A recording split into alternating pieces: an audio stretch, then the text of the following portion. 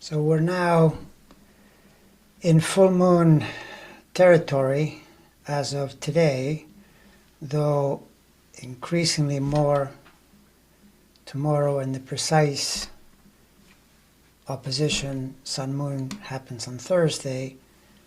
The question is, how does this fit in with Kamala Harris's decision to do an interview on Fox News, which by all accounts is usually pretty hostile territory. And to assess that, we look at her chart to see what's happening around now. And first thing that is very striking is that she's choosing to do this on essentially the same full moon she was born under, because she has the sun in late Libra, 27-degree range of Libra, the moon on the other side also at 27 Aries. This moon is happening 24 to 25 degrees. It's close to that original moon. This, I think, is automatically a good thing, because it's reflective, over natal energy, and so that works perfectly well. Then I noticed that Mercury right now is in Scorpio, which is where her natal Mercury is. It's not quite at the same degrees, which would have been even better a little earlier, but it's close enough, and in any case, being in the same sign as her natal Mercury also is really good, because Mercury is the planet you need to communicate with someone. So that's also good. Then we look at where Saturn is. And Saturn is, of course, a lot more challenging. And it's a planet that you will see almost always in the charts of someone trying to become president. If something big is happening, you will see it in the chart. It's certainly there in the case of her opponent, but it's there in her chart as well. And we have to say that she has navigated through Saturn pressure from the summer really, really well. Because this is the other thing. You know, the charts are not just your fate. Charts represent the interaction of your will with your fate. And this becomes a mystery. How able is a person to navigate through their cycles? And she has done very, very well amidst all the pressures that are going to be there when Saturn is challenging. But Saturn is the price you pay to get somewhere in life. It's literally that way. It'll be there whenever efforts are being made towards some outcome. Now, what is happening to her is that we're in recent weeks, going back into the summer period, it was opposing her Virgo planets. Right now, it's near the last one, the Uranus, in the 13-degree range of Virgo. Saturn is in that region of the chart. So the fact that it's there means it's going to be on some level uncomfortable. And in this case, for example, not just the entire discomfort of being in an election cycle, especially running against someone like Trump, but going on Fox, where she is certain to be challenged extra hard. That is Saturn energy. But turns out, though, part of the reason, maybe the biggest reason she's done well with it since the summer, is she has a very good Saturn at birth. Very strong energy in her chart, Saturnian energy. Indeed, people say that Kamala's greatest asset is her ability to plan and strategize, and then the criticism becomes, is she able to,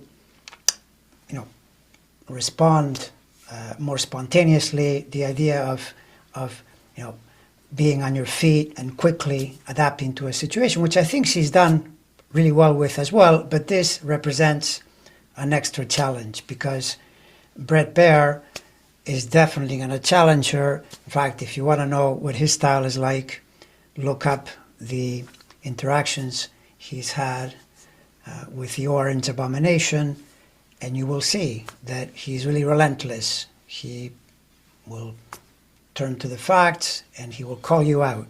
And so I would be unbelievably surprised if, as a result of this interview, she doesn't have one or two difficult moments because of his challenge. But overall, I do believe it's a very good risk to take at this point in the election cycle because, as I said, the full moon pattern reflects her energy.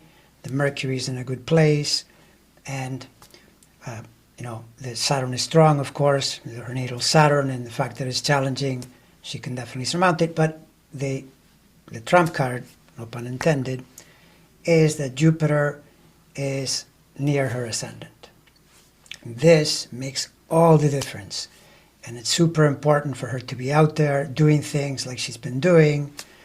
And so this is one more thing, which, by the way, is going to signal her strength, her courage, in doing something challenging. In fact, I heard that she's trying to also get on Joe Rogan's podcast.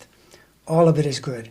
Be courageous at this point. Whenever Jupiter is in your ascending sign and this close to her ascending degrees, go out there, because overall, because in an election like this, not everybody's going to like you, but big group of people will like you. It's a smart move.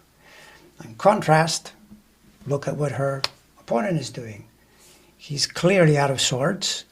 In his latest rally thing that he did, town hall, he spent something like close to 40 minutes dancing instead of answering questions. They turned on the music, they stopped answering questions.